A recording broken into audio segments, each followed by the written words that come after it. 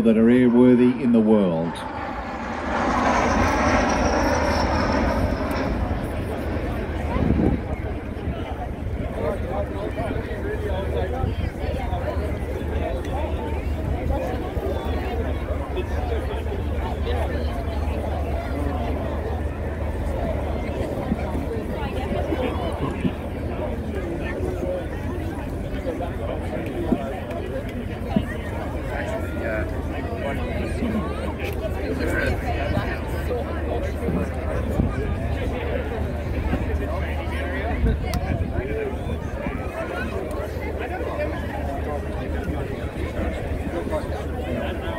So this aircraft, this is actually a British-built example manufactured by English Electric. Now it's interesting to think that this jet bomber first flew in May 1949, but the design concepts actually stem from World War II and the famous de Havilland Mosquito, initially designed as a very fast, unarmed bomber. And the same concept came with the Canberra. Fast, heavy armament, but no offensive armament in the form of cannons. It's powered by two 6,000 or 7,500 pound thrust Rolls-Royce Avon engines.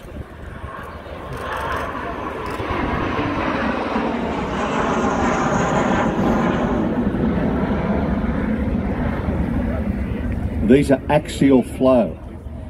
Unusual at the time because most of the British fighters were powered by centrifugal flow engines.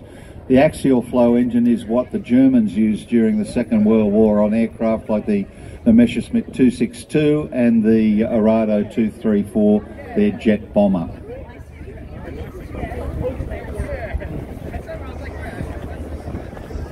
In 1951, entered service with number 101 Squadron RAF. The aircraft was named after Australia's capital city, as Australia was again the first export customer for the type.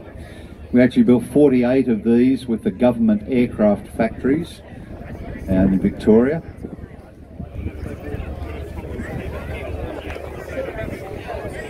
So this aircraft is painted in the markings of number 2 Squadron, which operated as part of the American 35th Tactical Fighter Wing up at Phan Rang in Vietnam.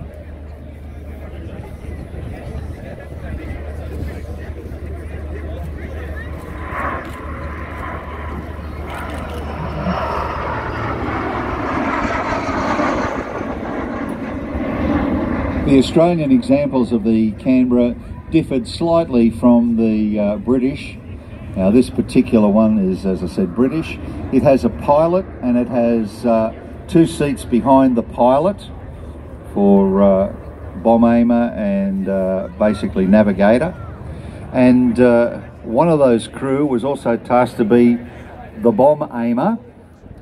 He would actually crawl forward down the side of the fuselage past the pilot into the bomb aiming position in the nose. If any of you have ever seen the Lancasters or the other American bombers of World War II, they all had a bomb aimer's position in the nose. And this is what this aircraft has.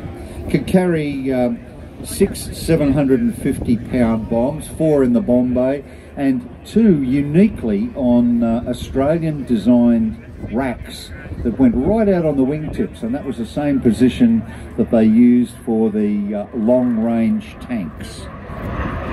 So they were interchangeable.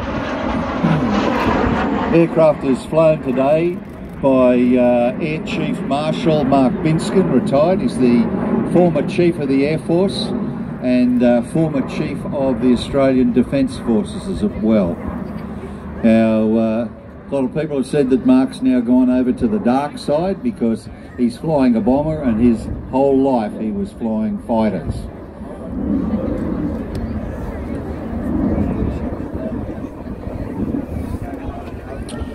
All right, ladies and gentlemen.